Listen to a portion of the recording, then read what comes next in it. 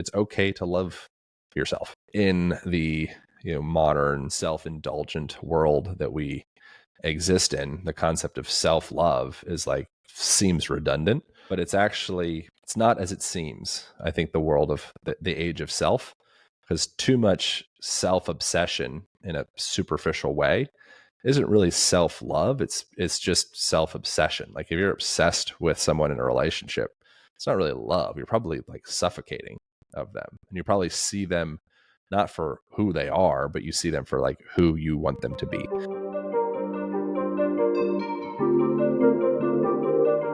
On today's show, we have Aaron Alexander on the show. He is a manual therapist, a movement coach, founder and creator of the Align Method, and the author of the Align Method book. Aaron, I'm so grateful for your time, and I want to dive into your story because it's profound to say the least, and I'm excited to dive into it. What got you to where you are right now? And I know your childhood was a big part of that. And, you know, being a personal trainer at 16 years old is insane to say the least, and to see your development is really amazing. What did that Hmm.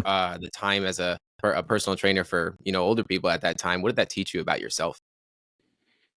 Well, at that time, um, I think that was something that's very valuable would be to place a person into circumstances where they have something to be nervous about, and they have something to feel maybe like insecure, uncomfortable, or feel like, I think imposter syndrome is a very common phenomena with many people.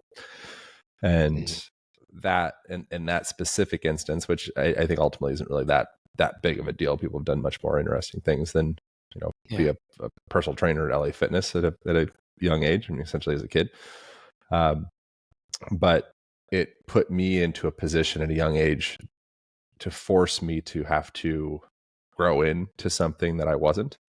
And so for people to be, adults, like grown ass people, to be paying me money to guide them on their fitness path or dietary path or, physical structural evolution, when I'm just a freaking kid trying to figure myself out.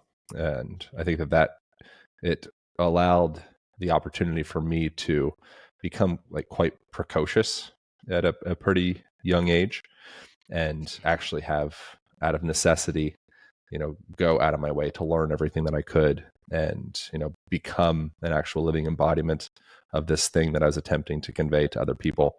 And, I think the more that a person can place them into circumstances that make them a little uncomfortable, make them a little bit nervous, and actually have like deadlines, place like Parkinson's law, like place deadlines upon yourself, and then you'll grow to meet that deadline. Like you will find a way to figure it out. I think that would probably be the thing that was the most supportive and significant about that for me, is just being uncomfortable, being, deeply afraid of being found out, for being the belief of, being some imposter, and then therefore becoming the thing, so that, it would be much harder for me to be found out because there wasn't as much to find out. Yeah. And the reason I say that is, I started my coaching business at 17. And so doing a similar pace as you, is the imposter syndrome was there. It was very present. And I'm curious, like, was the knowing that getting uncomfortable and putting yourself in that position, did you know that it was going to be transformative for you, or did you recognize how impactful that was on the trajectory of your life in general? No, I don't know. I mean, it's so long ago, but I don't think so. I think we're just kind of like stumbling along, trying to do the best we can, and taking opportunities that we get as they arise.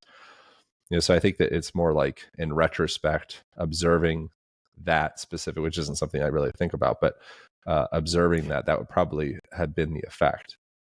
Placing myself into that circumstance, and just being forced to grow at I think a bit of a faster rate than had I delayed actually stepping into professionally guiding people.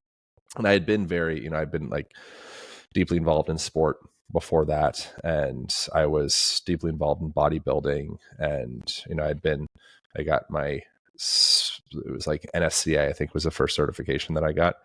And so that was, I was quite obsessive with training and with learning, thankfully. So I think that that's something that I'm just really very grateful for. that at such a absurd young age. It was around like 13 that I really became super obsessive with weightlifting and bodybuilding and nutrition and supplementation and all the things around it. So it's like pretty weird, actually, in retrospect. But I'm very grateful to have found something that I could obsess over at such a young age. And now, 20 years later, I'm 36 now. I've maintained that obsession and also maintained the accountability of being a guide with training, athletic training specifically, and manual therapy, body work. So I think that the sooner a person can find a thing, like stumble into just something that they feel worthy of obsessing over and just keep on milking that for everything that they can, with time, it starts to stack up, and add up. And that is a really cool opportunity to be able to now have 20 years of professional experience to observe kind of the ebbs and flows and ups and downs and, the different fads that have come and gone within the fitness industry over that time. And it's just a product of just like sticking with a thing for a long time. If you stick with a thing for long enough, eventually you are the guy or the girl, or a guy or a girl that's been involved in that thing for longer than most people. And there's quite a bit of value that a person derives from that. But in order to get to that point, you need to stick with a thing. And if you're going to find something it's worthy of sticking with, I think it really needs to be rooted in something that you're just naturally really curious about. And so I'm very grateful to have found something like that. I mean, I think it's luck in some ways. It's very common and normal for someone to not really find their thing until they're in their mid 30s. So it's, the sooner a person can find something that they're actually genuinely passionate about and that they would actually do at no cost, and then start to monetize that into something where people are actually willing to pay you for the knowledge that you've developed around that topic or subject or modality, whatever it is, pretty big deal. So yeah, I'm just very grateful for that. Yeah, and it's an amazing thing that you did go down that path, because you're impacting so many people in such a way that the Align method is really amazing, man. And I want to dive into that, but Nice. I'd love to know when the flip switched for you, because I know there was a time when you were jacked and you would leave the room when people were about to take a picture to go do some push-ups because you were insecure. And I'm curious when it switched from working out to masquerade that insecurity to working out because, you wanted to move towards the holistic path and, doing it because it's better for you, not because there was trying to avoid to fill. I think I still have that. Like, I don't think that Mm, like most things like neuroses or whatever the person may have at some point in their life, I think it mhm, just can oscillate in and out of it controlling you to you being able to manage it. And so mhm, I definitely still have that. I definitely still have a sensation of, if I'm not at least, above average, quote unquote, jacked, then I think certain like self-worth type issues could arise, and sensations mhm, of feeling like, well, who am I to be trusted if I'm not in some, uh, like peak physical state? So I've maintained some level of jackness, quote unquote jackness, for really my whole life. Like I've always had muscles in my body. I've always had a six pack, and I've, it's been this ongoing process of maintaining a certain level of optics. mhm, And now I think I'm just able to observe it, and I'm able to kind of like recognize and acknowledge kind of like where it comes from, and have compassion for that part within myself. But it's still something I'm very aware of, and I will intentionally still train in such a way to be geared at least moderately towards hypertrophy, and moderately geared towards, gains, like actually like accruing tissue. And mhm. I'll eat a little bit more than is really necessary, really just to maintain a certain aesthetic look. And that's fine. It's something that it does make me feel good. But a big part of it still is occupying like very similar kind of mental emotional constructs as I had when I was like a 14-year-old insecure kid. Now I'm just 36 and able to like observe it. But I definitely haven't like overcome anything, I think, to like in its entirety. I'm still pretty aware of aesthetics in that way. Yeah, it's the I don't think we ever overcome most things in our life. It's changing the relationship that we have with that Hmm. kind of experience, right? What do you think Yeah, if has you can just been talk the about or something, yeah, if you're just able to yeah. talk about something and able to like be honest and authentic with it, it reduces the grasping power that it has over you tremendously. And then you can make jokes about it, and you can, like humor, comedy. Uh, I think it's like one of the most medicinal things. So if you can get to a Mhm. point where you're able to, as opposed to trying to like chop some part of yourself out, or exclude it, or any of that, just being able to come to a place of being like, oh, like there that is, and objectify it and be like, yeah, this is that thing. um, and then from there, it just softens the edges around it. It's things that are, it's the unseen things that can end up being, I think, the most nefarious and kind of like the most deleterious in your life. But if you can see something, I think it reduces its power dramatically. It's very true. And I know that you've done a lot of work in that space of the unseen. You've done some darkness retreats and a bunch of different, holistic experiences that you've gone through. What have been some of the pivotal things that have allowed you to build a better relationship and talk about these kind of things so that they don't really control Hmm. you? Probably therapy. Probably going through like, like hard breakups, and things that kind of really like rocked my world a bit, and things where I had a lot of attachments. And then inevitably, if you have strong attachment to a thing, probably life will remove that thing for you in order to like teach you that lesson. And Mhm. so I think going through challenging situations, making mistakes, messing up in various different ways, and then feeling the pain behind that, and then actually being honest with that pain. So as opposed to just exclusively trying to avoid and cover it up, which I still do a ton of that as well.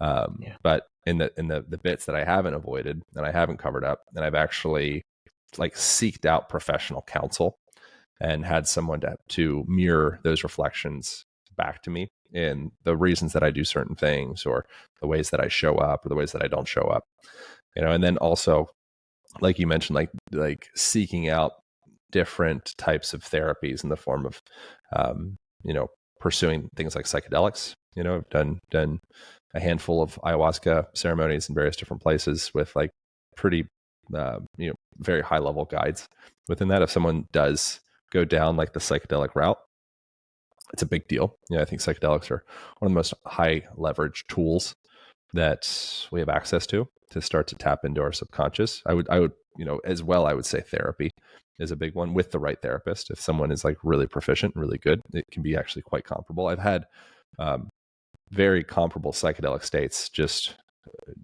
in therapeutic process, and going through like Mhm. more like somatically based therapies, where it's not so much Mhm. talking about things, but more observing where is there deep sensation that comes up, and then kind of finding stillness in that sensation. So what deep sensation might look like would be like you're talking about something and suddenly you can notice some like emotion coming up with it, or you can notice maybe you start like looking away a little bit, or you notice like your heart rate starts to increase or blood pressure increases or any of that. That would be an indication that you are stumbling into um, terrain that really hasn't been traversed for the person Mhm. and really hasn't been like unpacked. So I think that would be invaluable for a person if they are looking to kind of uncover like deeper, more authentic versions of themselves, and just come to a place of like greater ease, and a Mhm. little bit less of that neurotic type behavior that I've been guilty of. um Things like the darkness retreat was a good one. I mean, that's like just one quick blip of all the things that a person can do. It's not like you're just going to do a darkness retreat and suddenly everything's going to be different, but that would Yeah. be an example of having an opportunity to really like be still, and be with yourself and not have access to have some type of avoidant behavior in the form of using some type of stimulant or drug, or sex or social media or something of the like. It kind of like temporarily takes your mind off of that. If a person Mhm. allows themselves the time and the space to actually allow their mind and their thoughts and their feelings to actually go into the things that are uncomfortable, as opposed to kind of like temporarily applying a balm in the form of some avoidant behavior. What ends up inevitably happening is the body will start to process, and processing is a term that's widely used in like therapeutic world, and could cause some people to maybe like roll their eyes a little bit, but processing in the form of allowing it to come to your mind, and allowing the physiological expressions that may arise from that as well. It could be crying, it could be kind of trembling, it could be like your nervous system doing nervous system has all sorts of amazing different processes on purging stress, like deeply stored stress. You'll see that if you go through some type of really stressful situation, after the fact, you might actually notice yourself kind of like trembling a little bit. I host a podcast as well. I'm doing a podcast with Robert Sapolsky. He wrote a bunch of books. Why Zebras Don't Get Ulcers. Yeah. He has a new book coming out that I'll have to read. And in the Why Zebras Don't Get Ulcers book, one of the things he mentions in there, I think it's in that one, if a zebra escapes the attack of a lion, they get away, they'll usually go and they'll kind of like find like a shady place, and they'll kind of go through this like almost like tremorous like stress purging process. And humans in modern culture, that would be like quite embarrassing, to go through some type of energetic purgative nervous system response. And so instead of having those responses, or just like crying or like laughing, and not really knowing why you're laughing, or anything of the sort, that's something that for the most part people would be kind of like embarrassed about. And so instead of allowing the body to kind of take control, and like lead that process of de-stressing itself, we'll usually reach out for other types of ways to de-stress ourselves. It could be in the form of going to the bar, getting a drink, or maybe getting on social media and scrolling through your notifications, or maybe getting on Hinge and finding some chicks or something. So I think that's been a big thing. And doing like I did a Vipassana retreat as well. It's like a 10-day thing where you pretty much just like sit and meditate for 10 days. And various things of that sort, where it's like almost electing yourself to remove the various different escape levers that we have in our daily life, to allow ourselves to actually like go into some of those deeply stored patterns that we may have. That would be, I think, like a strong recommendation to any person that wants to get to know themselves better, be removing oneself from like the normal common world for a day or a few days or maybe 10 days, and just creating some spaciousness to like observe what comes up. I think it's a really valuable tool. Yeah, all of that is really valuable. And I've talked to a few somatic practitioners on the show as well, learning a lot about how, I think a lot of us try to solve our problems through our mind instead of going to our body, when a lot of it lives in our body, right? And I think most of us aren't aware of how that plays out in our life. And I know you obviously do a lot of work when it comes to the physiological side of things. And I'd love to know how we can use our physiological state to overcome the psychological hurdles that so many of us, deal with on a day-to-day basis. Yeah, it's a good question. So you could look at things from like a top-down approach, like mind to the body, or from a bottom-up approach, body to mind. Ultimately, it's the same thing. They're congruent systems. And so, like Sir William James, he's known as the father of modern psychology. He was really big on the bottom-up approach. His suggestion, one of the things that I quoted in my book, The Align Method, was a quote from him, and it was a long quote. It was like a paragraph, so I don't remember what it was exactly. But within the quote, paraphrasing, something along the lines of like, if you get, chased by a bear, or attacked by a bear, you are, as opposed to it being something that's happening like between your ears, like that fear response is just something that's purely neurological. It's within the brain. His suggestion is you actually are moving yourself into fear. And so when you are changing the facial gestures, or you're putting your body into defensive patterns or things of the like, that's all tied in to that your psycho emotional experience. So that psychosomatic relationship, somatic being body, psycho being, psychology. Both of them are inextricably bound. So if a person is in their head about something, and it's causing their blood pressure to raise. It's causing them to have some cortisol spike type response, or it's causing them, maybe their pupils to dilate, or it's causing actually these physiological responses. It's very easy to be able to see as like, oh yeah, that's just, that's what happens. You get freaked out, you get anxious, get depressed or whatever. And then you kind of get like, whoa, like you'll start having, maybe your shoulders will start to slouch forward, and maybe you'll have like a little forward head type posture. And if you're afraid, maybe your breathing patterns will start to move more up into the upper lobes of the lungs. And so within that, you can also say, interesting. So every time I have that sensation, there's this direct physiological translation of that internal felt experience. So what if I were to kind of reverse the equation, and I would just start to gain some semblance of management around my physiological expression? One of the most obvious ones would be breathing. So if you get stressed out, you're freaking out about something, your breathing will change. It'll become very short. You might start mouth breathing.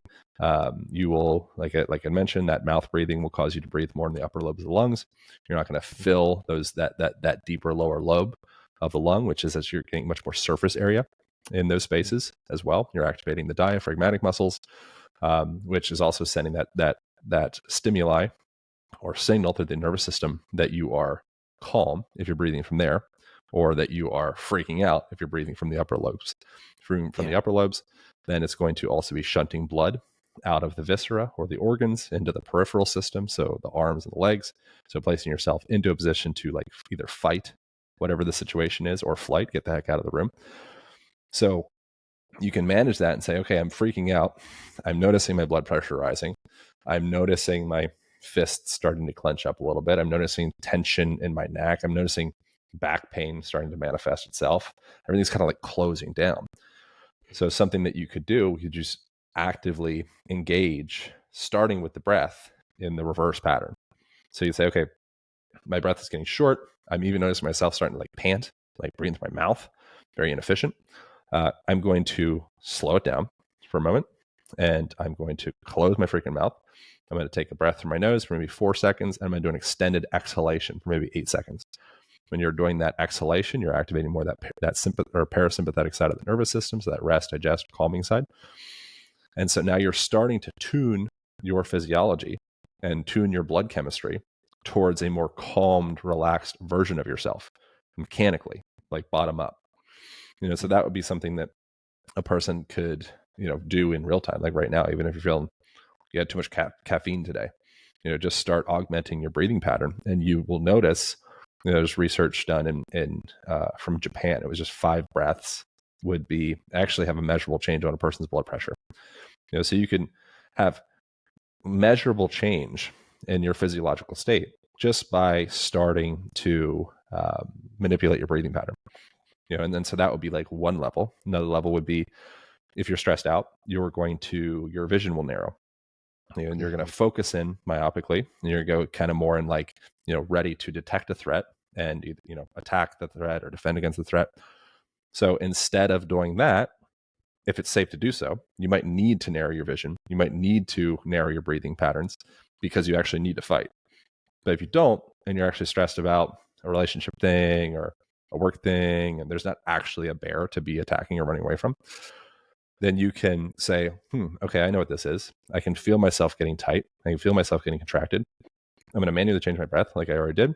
Now I'm going to start utilizing panoramic vision. I'm just going to kind of like space out. I'm going to take in the whole room. I'm going to look up into the sky, look up into the trees.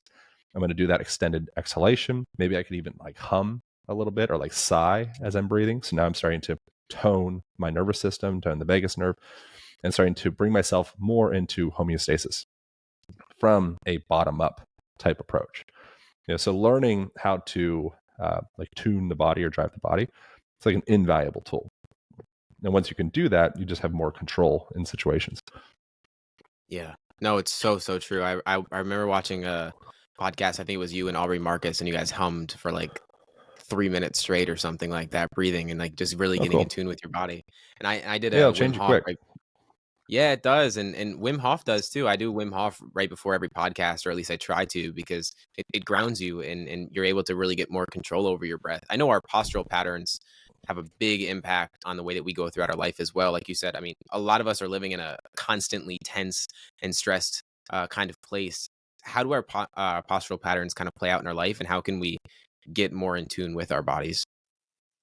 Yeah, there's really popular research from Harvard with Amy Cuddy, and so she has like the they might be the most popular TED Talk ever. It's like Yeah. one of them, second most. It's very popular, and so she popularized the concept of like power posing, which is a pretty cheesy term, and in that the research they did, this is also contentious, just like everything is, and like replicability and whatnot has been challenged, but um, the research they did was measuring saliva samples of subjects, and they measured cortisol levels, which is a stress-related hormone, and then they measured testosterone, which would be associated to feeling like competitive, and feeling like, oh, like I can do it, So if you get just demoralized, your testosterone levels are going to decrease. If you feel like you have a competitive edge, you want to keep driving, testosterone levels will increase. And they measured subjects in that being, I think it was just a couple of minutes, if I remember correctly, being in like a hunched over kind of defeated type posture compared to being in like this upright, shoulders back, even like arms up overhead or anything of the like a victory type position. Yeah. And they found that there was a significant change in stress hormones when they're in that actually like stress induced postural pattern. And the inverse would happen when they were in an upright position. So actual testosterone levels would increase just as a product of being in like a confident testosteronic position. Like feeling like, oh yeah, I'm winning, I'm doing good. And so that's something that I think is just like one micro example. There's a ton of different examples. There's the studies they've done with subjects holding a pencil in their mouth, inducing a smile. So it's like mechanically inducing a smile, and then them perceiving the world as being more uplifting and more humorous and more light. Similar thing, putting a pencil in the middle of their eyebrow, so and then having to hold that, so causing them to like furrow their brow, putting themselves in like resting bitch face type position, and then perceiving the world as being like more aggravating, and more annoying. And so that gets into the William James stuff of the way that we have these physiological structural translations of mood. And if you augment or modulate your physiological structural position, it will also in turn modulate your felt state. And that's something that if you just look at any person that's won a race ever, when you win a race, naturally your shoulders come back, naturally your breathing patterns become more at ease. You'll probably breathe more diaphragmatically. You'll probably have a longer exhalation. You're like, just that long exhalation is across the board for human physiology an indication that you feel safe, like you've made it. Compared to a person that feels like a loser, just across the board, a person that feels like a loser or they lost, they'll kind of slump their posture and they kind of will look down, which your visual muscles or your eyes, their neurological tissue, it's a continuation of the brain. So when you're looking down, you're going to be a little bit more tired.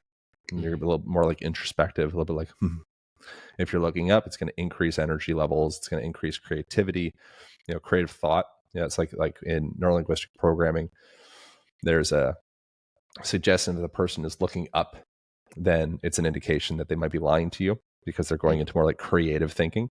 If a person is looking down, it's almost like they're looking into their own internal filing cabinet to find that information. So that looking down is kind of like this pensive, introverted, like, oh, okay, I lost. Whereas if you're looking up, you're like, what are all the possibilities? They're endless. So you can augment your mind with the body. Like it's not new information. It's something that's been communicated about for thousands of years in various different cultures. And I think in the culture that we live in, where there's been largely a bit of a Cartesian split, Descartes, like the mind-body duality. It's almost like they're two separate containers. And I think that's just a confusion. I think that the more a person develops a relationship with themselves, they could start to see like, oh yeah, that's like very much not true. The way that you think affects the way that you feel. The way that feel affects the way that you move. The way that you move affects the way that you feel. The way you feel affects the way you think. Yeah. It's more of a cycle than it is. They're not separate containers. And I think No. it's really important. I think it's really important to dive into that. I know you're probably sitting on the ground right now, and I know that you're always moving and getting comfortable and finding that state. And I think it's so important because we see fitness as like 45 minutes a day or 45 minutes every other day, but you see it as a way of life. And I'd love for you to Hmm. dive into what the perspective shift is there, because I think a lot of people need to hear it. That's cool. Yeah, I am on the ground. And Kelly Starrett, he's a Yep. buddy to the forward for my book. And one of the things that he's said in various different iterations, like a leopard doesn't need to like do a bunch of dynamic stretching poses in order to like become leopard. Like they can go from asleep to full leopard just in an instant. And that's a product of them going through regular, almost like tuning mechanisms in the form of, they're walking with regularity, they're laying on the ground, they're stretching their body out in different ways, they're exposing their body and their eyes to sunshine the whole day. Once the sun goes down, they're exposing themselves to darkness, and moonlight and red light and infrared light. And so the life of a wild animal is naturally tuning that wild animal's nervous system and physiology to be ready to go, pretty much all the time. Whereas humans, we've created a bit of a gap between our wildness, which our wildness could really just mean like humans. One of the things we do better than most creatures is persistence hunt. So we're able to just keep on going really well. So we can keep on walking, and we have this capacity for endurance more than a lot of animals that we would hunt in nature.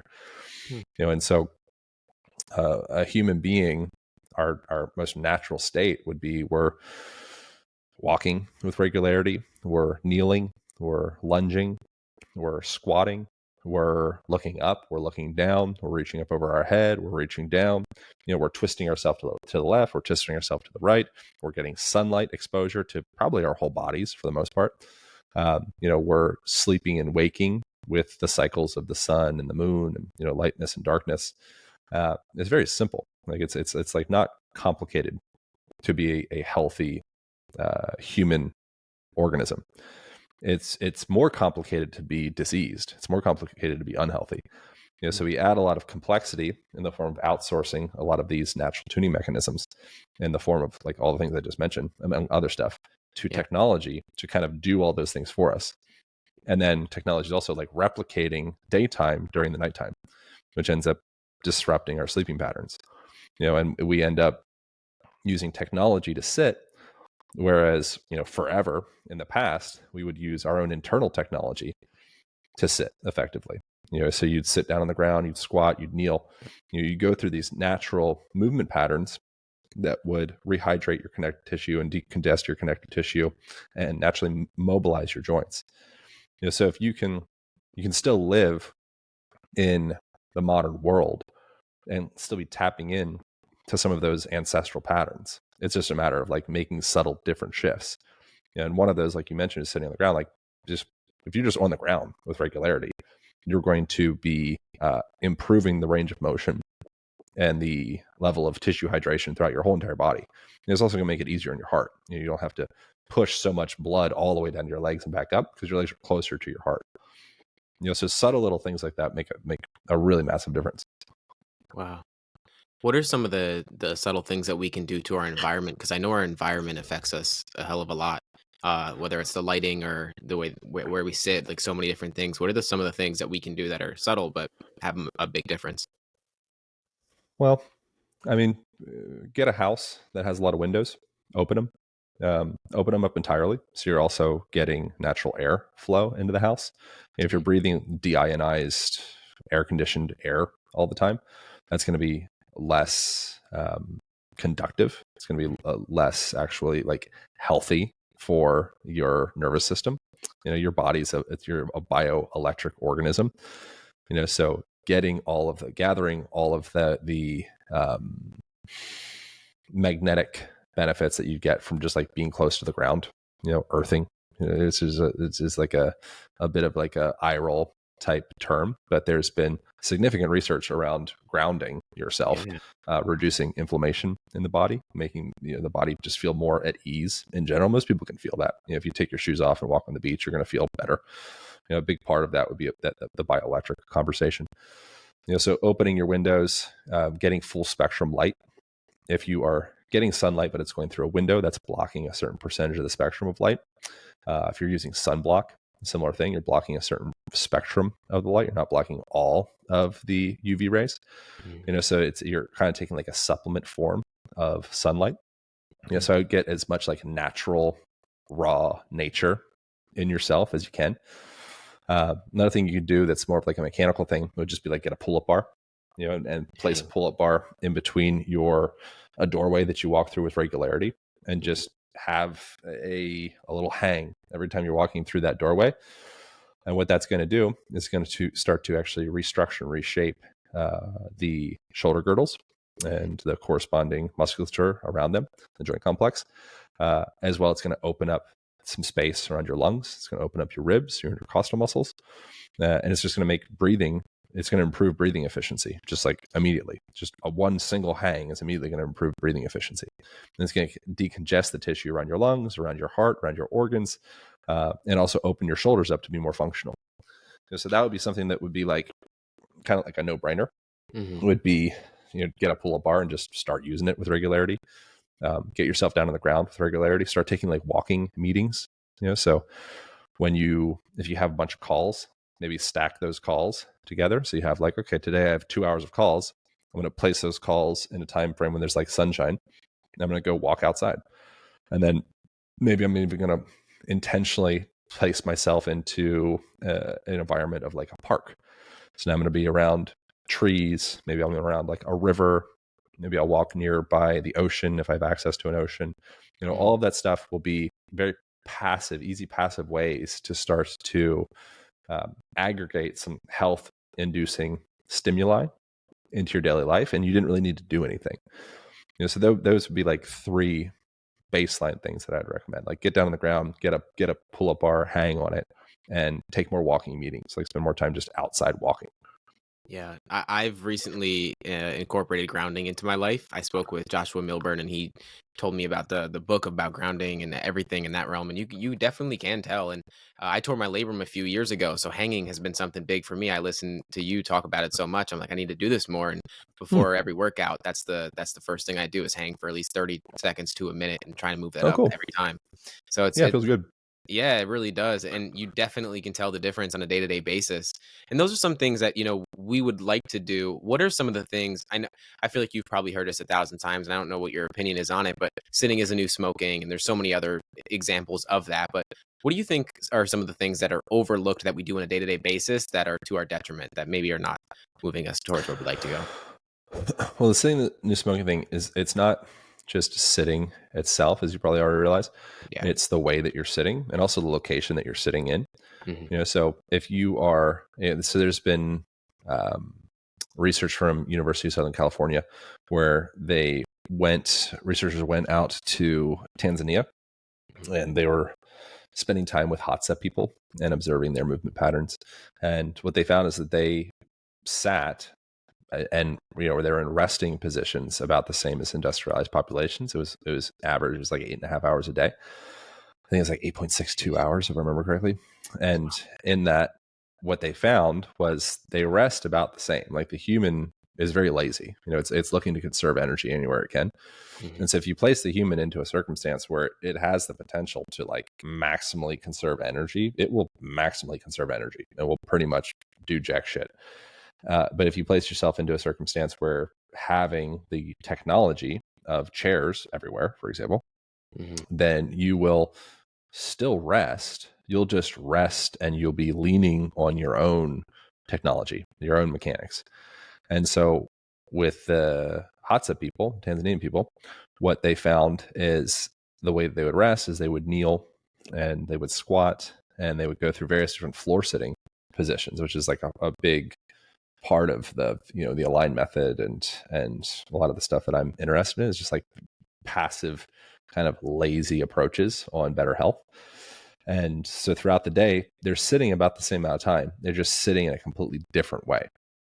And so a person in this modern world who, like, I have a couch sitting right beside me here, and I have chairs around the bar here, and the option to sit is there. I just also kind of insulate my daily life with enough health inducing sitting or resting positions. And so, I had an interview right before this, and that was like an hour and 15 minutes or something like that. And during that time frame, I have these different like balls and myofascial release doohickeys, and I'm kind of like going through, and I'm just like stripping some tissue around my quads and around my calf and like the lateral compartment of my shin, and I'm doing like some foot massage, and I'm in a straddle position, and maybe I might kneel for a second or a cross-legged position. I have my hips stacked up on top of a cushion, so I'm putting my pelvis and my lower back in a mechanically advantaged position.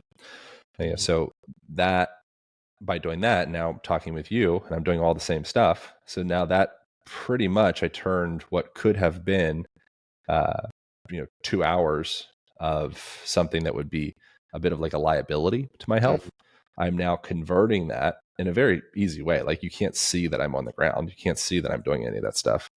I've now turned that into kind of like a 2-hour self-care yoga treatment moment. So that would be something that if folks start to implement something as simple and passive as just spending some more time on the ground, tag hashtag floor culture if you want to be involved in kind of like a group movement around that, then that would be something that would be just like immediate net gain in a person's life. Like, you get done with your day after doing that, and you're just so much more well circulated. You don't have like cankles developed and like low levels of edema, and lymphatic fluid building up in your lower compartments. And you've got to take your pelvic floor muscles through a bit more of a full range of motion, and it's also helpful for your heart. So now your legs are closer to your heart, so it's not as challenging to circulate blood through the rest of your system. Then you could lay down your back, put your legs up a wall, and just spend some time draining that tissue draining that fluid out of the lower compartments. And then you get up and you're like, wow, I feel like I have so much more energy. I feel so much lighter. And I also passively mobilized all of the muscles throughout my lower body. So that would be a thing that's just like, it's just so simple. If things are too complex and too challenging, it's like too much of an obstacle, the barriers to adherence are too high, then we're just not going to stick to it. And so I think it's really like being gentle with people. There are like the David Goggins of the world that are just going to do hard shit no matter what.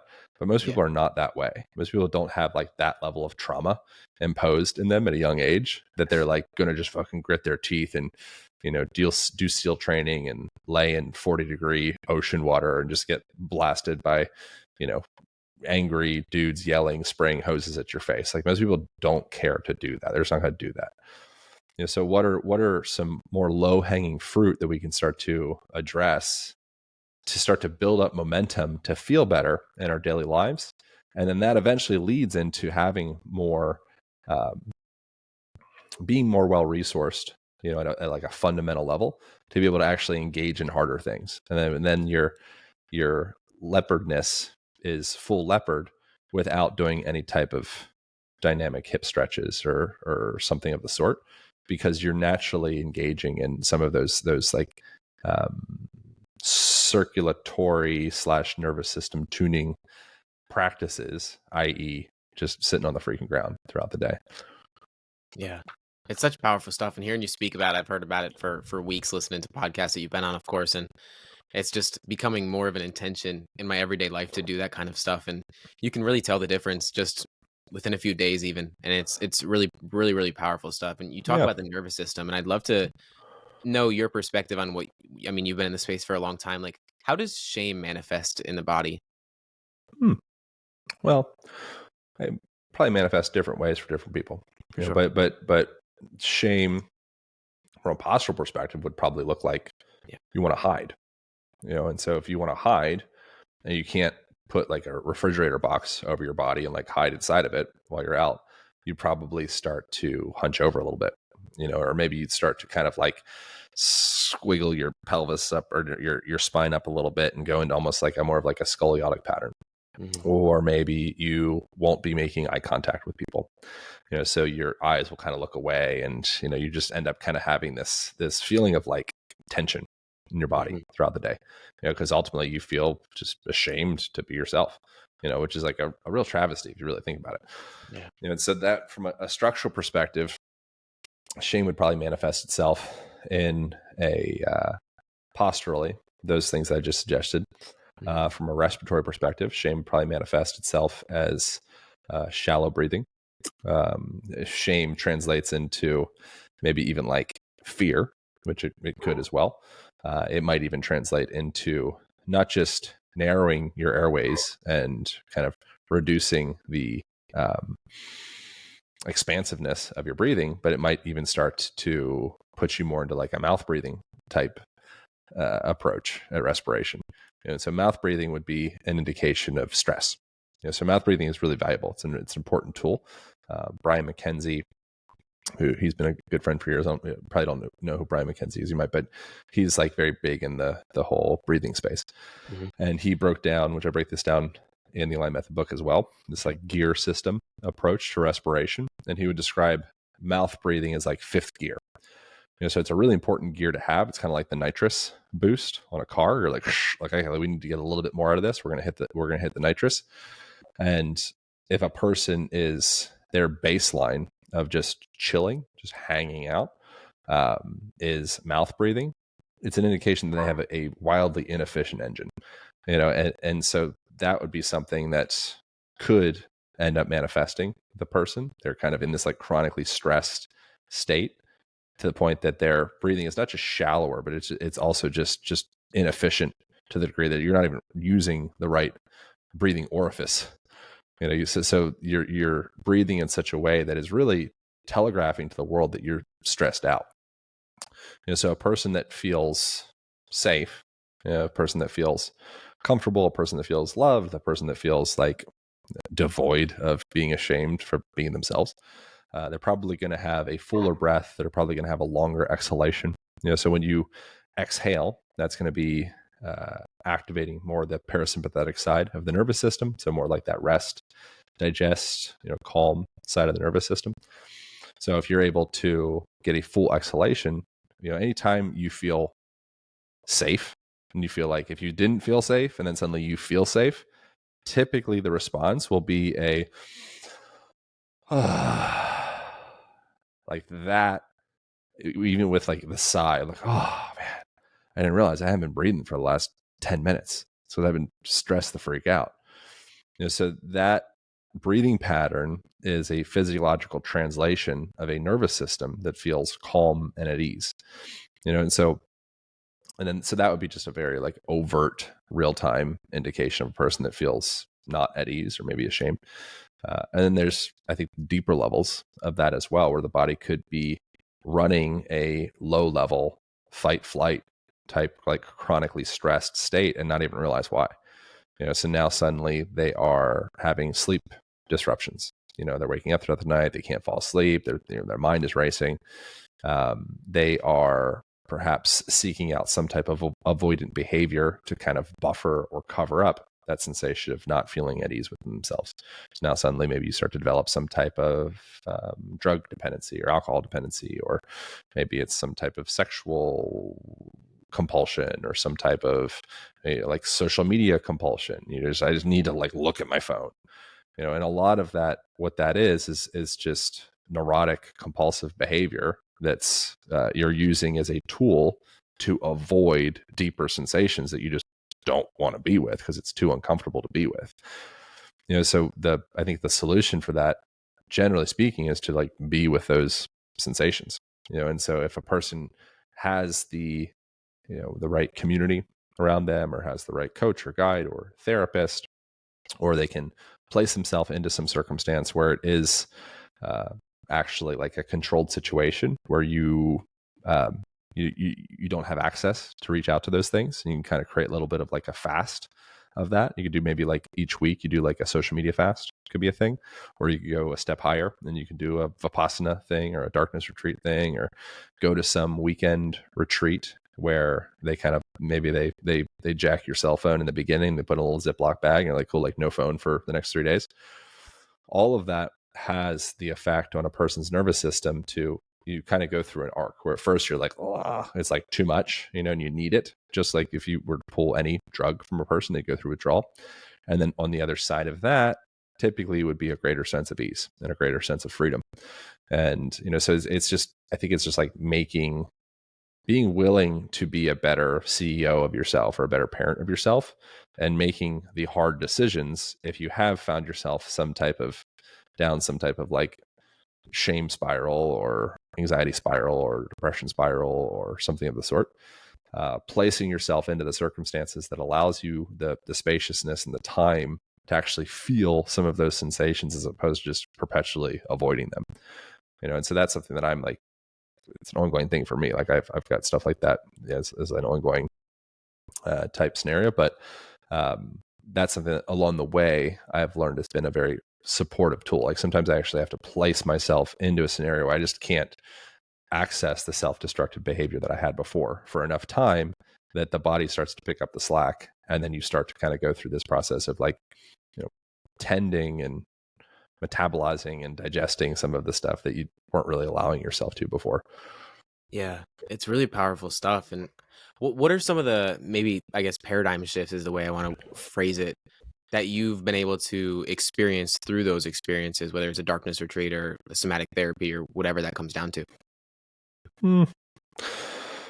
Probably something that happens commonly with people that go through different, interventions like that would be like a sense of like self-love, and like belonging, and a recognition that the thing that I've been trying to escape in various different ways or avoid or kind of like weasel myself out of, actually it's not that bad, and coming down to like a deeper, like what's lies below that, typically for a lot of people is a feeling of like feeling unlovable or feeling unworthy or feeling like an outsider or something of the like, which like social media is like not helping anything.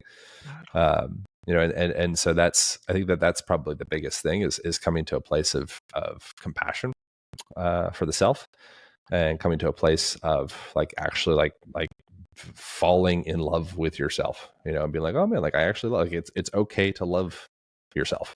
It's okay to like treat yourself the way that you would treat your best friend, or treat yourself the way that you would treat your son or daughter, or whoever, somebody you care about. And I think that's something that's like in the modern self-indulgent world that we exist in, the concept of self-love is like seems redundant, but it's actually kind of a little bit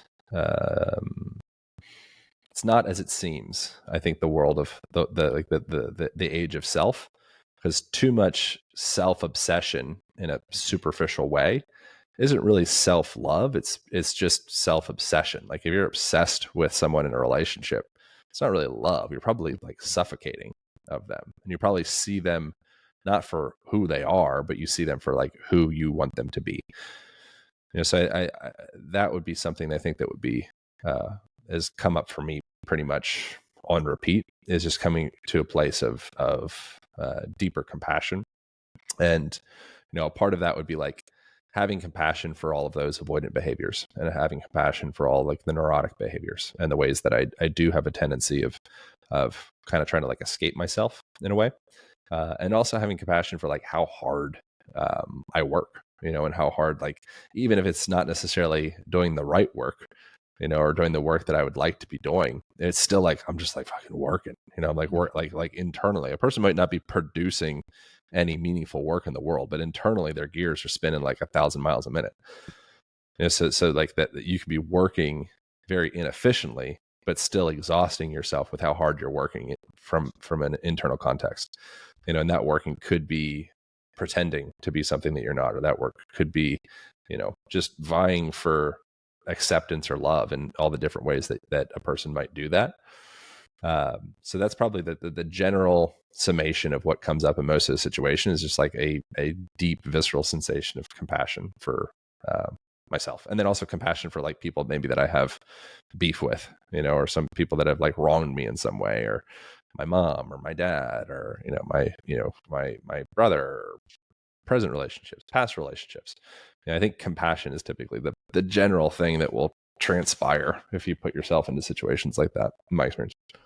Yeah, and the world would be a much better place if we had more compassion, especially for ourselves. I think that you're definitely right on that. It's more of an obsession than it is a relationship that we can cherish and actually experience. I think the world would just be a much better place if we focus on a relationship with ourselves and actually finding that compassion. And I'm with you on that. I'm a type A kind of perspective where even if nothing's happening, I'm still going in the mental Mm-hmm. aspect of things.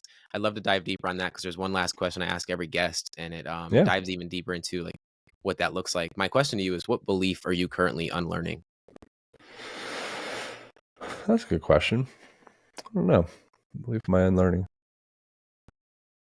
Uh, I think something that I've heard from a handful of people, that in like kind of like more meaningful conversations, like remembering who you are, is a concept I think is interesting.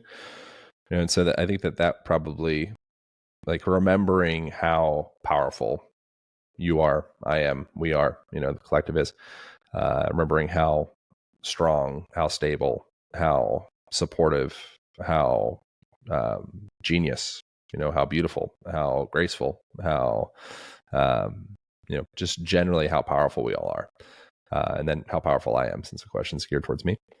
That would probably be the thing, would be like remembering that, and so unlearning some of the beliefs that's like, you're not that. I think that'd probably be an ongoing process for me. It's affirming to hear because looking at you, and I assume many people, you wrote a book, you're at one of the biggest podcasts in the world, you're doing profound things, knowing that that's still a belief that you're overcoming. Oh I yeah, think, doesn't stop.